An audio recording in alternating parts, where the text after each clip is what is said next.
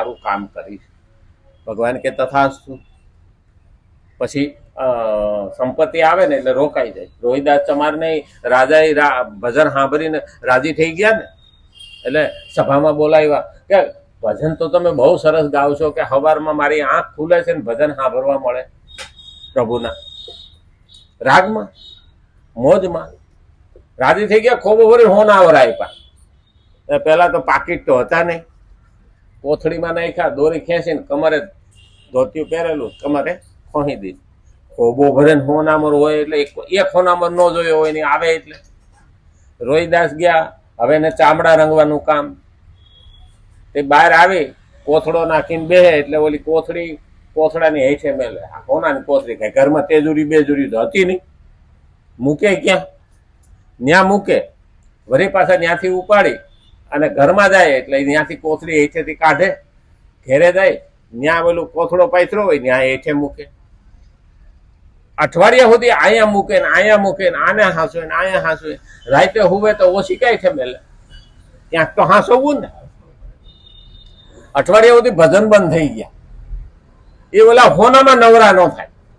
આને ક્યાં મૂકી, કેમની મૂકી, ક્યાં મૂકી, ભૂલી તો નથી ગયો ને. હા. અને પછી અઠવાડિયા પછી પાછા કોથળી લઈને રાજા પાસે ગયા. રાજાજી માફ કરજો કે આ તમે હાંસો. તો કેમ? તો કે આવ્યા પછી ભજન બંધ થઈ ગયા. આ હાંસવામાં ભજન થતું નથી. આપણે ઘણી વખત એવું થાય, ભગવાન પણ માગે તો ખરા, આ દે તે દે. ભગવાન કે તથાસ્તુ. આવ્યા પછી કે ભગવાન હવે આમાંથી ટાઈમ જ મળતો નથી કે હું ત્યાં આવું. એટલે આપણે ભગવાન પાસે જઈ શકતા નથી. ઘણી વખત પૈસા આપે તો હાંસવાની લાઈ, સાધન આપે તો એને વ્યવસ્થા કરવાની લાઈ, સંસારમાં બાળકો, હા, ઘર હારું, હગાવાલા બધા આપે તો એને હાંસવાની લાઈ. પછી એનું કરતા રહીએ આ રહી જાય. પછી તો વડા ફોર વ્હીલ લાવે ને એટલે બધા પોતાના અંગત હોય ને એને બેહાડે. અંગતને બેહાડે ગાડીમાં. ત્યાં પહેલી વખત લાવ્યો છું, મોંઘી ગાડી લાવ્યો, ફોર વ્હીલ લાવ્યો છું, બેહાડો. હાલો કે કાંટો મારી આવી. એટલે બરોબર પોતે ગાડીમાં બેસવા જતો હોય ને ત્યાં સામેથી દીકરીની હાહુ હેલા. હવે ઈ તો વેવાઈને ના ન પડાય તો આપણી દીકરીને દુઃખ થાય ને. હા, વેવાઈને આવતા હોય ને એટલે આવો આવો વેવાય કે પોતે ઉતરી જાય ને વેવાઈને બેહાડે. હવે ગાડી કોણ આંકે? આંકે ખરા? હાલે ખરી? પોતે ડ્રાઈવર જ ઉતરી જાય તો એમાં આપણે આપણા જીવનમાંથી ભગવાન રૂપી ડ્રાઈવરને ઉતારી મેલો અને બાકી બધાને બેહાડી દીધી. ધન, દોલત, કીર્તિ, પદ, પ્રતિષ્ઠા, પાવર, પૈસો એને બેહાડ્યા અને ભગવાનને કાઢી નહીં. તો ડ્રાઈવર પેલો જોઈએ, આને કહેવાય સારથી. પણ આપણે થઈ ગયા સ્વાર્થી. બરાબર ને?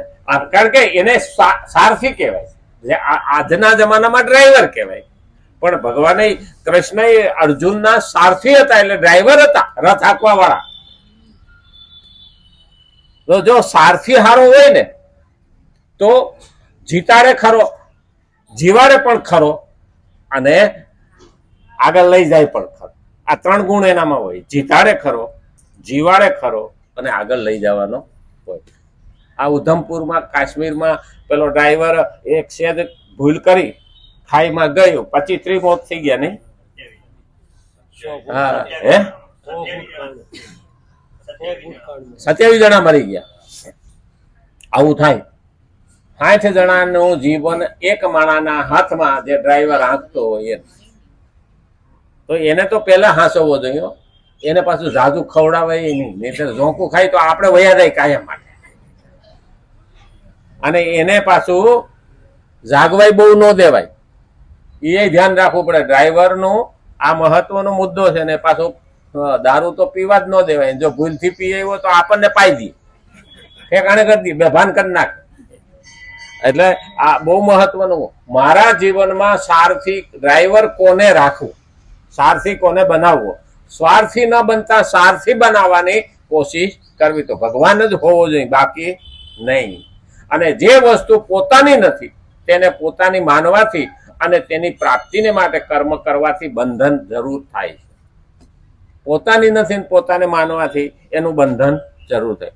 આ જમાનામાં અત્યારે પણ પોતાની વસ્તુ ના હોય ને એને પોતાની માનીને લઈ જાય ને તો ગુનો બને અને એની સજા આપે. તો ભગવાન સજા આપે કે ન આપે? આપણી નથી ને આપણે એને માનીએ તો ભગવાન સજા તો આપે. અને એટલે બંધન થાય છે. બંધન થાય છે એનો અર્થ શું કે પોતાની નથી ને પોતાની માની એટલે ભગવાન કે આ બીજી વખત જન્મ મરણના ફેરામાં તારે દુઃખી થવાનું છે. આ એનો ગુનો. અહીંયા જયારે ભગવાન આપણને મુક્તિને બદલે પાછા ઘુસાડે, આ તો તારે પાછો ધક્કો થાય, જવું જ પડશે. તો શરીર વગેરે વસ્તુઓ પોતાની તો છે જ નહીં, પોતાને માટે પણ નથી. અને જો એ પોતાને માટેની હોત તો તેની પ્રાપ્તિથી આપણને પૂર્ણ તૃપ્તિ કે સંતોષ થઈ જાય. કાયમ અસંતોષી છીએ હું, આપણે કાયમ અસંતોષી છીએ. આપણને આખી જિંદગીમાં ક્યારેય સંતોષ થતો નથી, કારણ કે પોતાની નથી ને એને આપણે પોતાની માનીને બેઠા ને એટલે સંતોષ થતો નથી.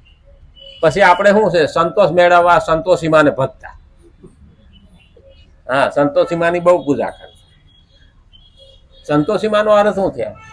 આપણે ગામડામાં તો કે સંતોષી નર સદા સુખી, તૃપ્ત થઈ ગયો ને. એટલે આપણા વડવાઓ છે ને એ ડાયા બહુ હતા. અને શાસ્ત્રે પણ એ ગુણ આપણામાં મૂક્યો.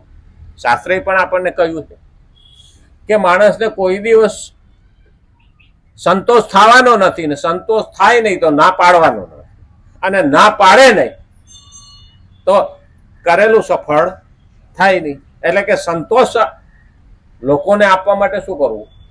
એટલે આપણે ત્યાં સાધુ બામણ જમાડવાનું આવે કે એ ખાધા પછી તો કહેવાનો છે કે હવે બસ, હવે બાકી ગમે એટલું ધન દ્યો, દોલત દ્યો તો પણ એને સંતોષ થાય નહીં. હા, એ કર્મકાંડ કરાવે ને 5,000 નક્કી કર્યા હોય અને કરોડપતિ છે એવું સાંભળે ને તો કે એને 10,000 દેતા હોત તો એને બાપનું શું જાતું? સંતોષ થાય નહીં. પણ 3 લાડવા ખાતો હોય અને પછી હા મારા ગળાના હમશે, એક લાડવો તો ખાવો જ પડશે, પણ એ લાડવો એને પછી બોમ્બ જેવો લાગ્યો. બસ કે હવે બસ બે જ જગ્યાએ માણસ કે એક માથે માર પડે તઈ ને એક ખાવા બેઠો હોય તઈ. માર તો ગુનો કર્યો હોય તો પડે, એટલે ગુનેગારને તો પડે, પણ ખાવા બેઠા હોય ત્યારે સંતોષ છે અને એના સિવાય ઓડકાર આવતો નથી. એટલે આપણા વડવાઓ ડાયા હતા કે ખવડાવો, સાધુ બામણ જમાડે. કંઈ પણ તકલીફો આવતી ને, અમારે એક બેને તો ગધેડી માંદી પડી ને એટલે 5 બામણને જમાડી દઈશ કે એ બાધા રાખી એટલે ગધેડી હાજી થઈ ગઈ. એમાં ખોલકું માંદું પડ્યું, ગધેડી બચ્ચાને ખોલકું કેમ? હા, ખોલકું માંદું પડ્યું એટલે પાછી બાધા રાખી કે 5 બામણ જમાડી દઈ, મારે ખોલકું હાજુ થઈ જાય. એ હાજુ થઈ ગયું. પછી 5 ને 5 10 તો બે ખવડાવવા પડે બ્રાહ્મણને, એટલે બ્રાહ્મણને આમંત્રણ દીધું. હા, એટલે બેનને બોલતા આવડે ને, બોયલા હાસું પણ બોલતા ન આવડે. એટલે બ્રાહ્મણ આવ્યા 10 એટલે કીધું 5 ગધેડી નાની કોઈ બેહે, 5 ખલકી નાની કોઈ બેહે. ઓલા બ્રાહ્મણ ઉભા થઈને કોઈ ગયા ઈ કે અમને ગધેડી ના કહે તો કે એમ નથી. એનો ઘરવાળો કે હા કે ગધેડી ના 5 બ્રાહ્મણ માં એને, એટલે ઈ એમ કે છે કે ગધેડી વાળા આની કોઈ બેહે. અમુક તો બોલવું પડે ને એ ગધેડી ને ખોલ કે ના. એટલે બ્રાહ્મણ ને પણ માન સમજાવ્યા કે આ રીતનું છે. એટલે ઘણા બોલતા ન આવડે. એટલે કે ભાઈ 5 આ બાજુ બેહે 5 આ બાજુ બેહે તો વાંધો ન આવે, પણ ગધેડી ના કીધા ઈ વાંધો આવ્યો. એટલે ઘણી વખત વાણીની અંદર વાત થાય.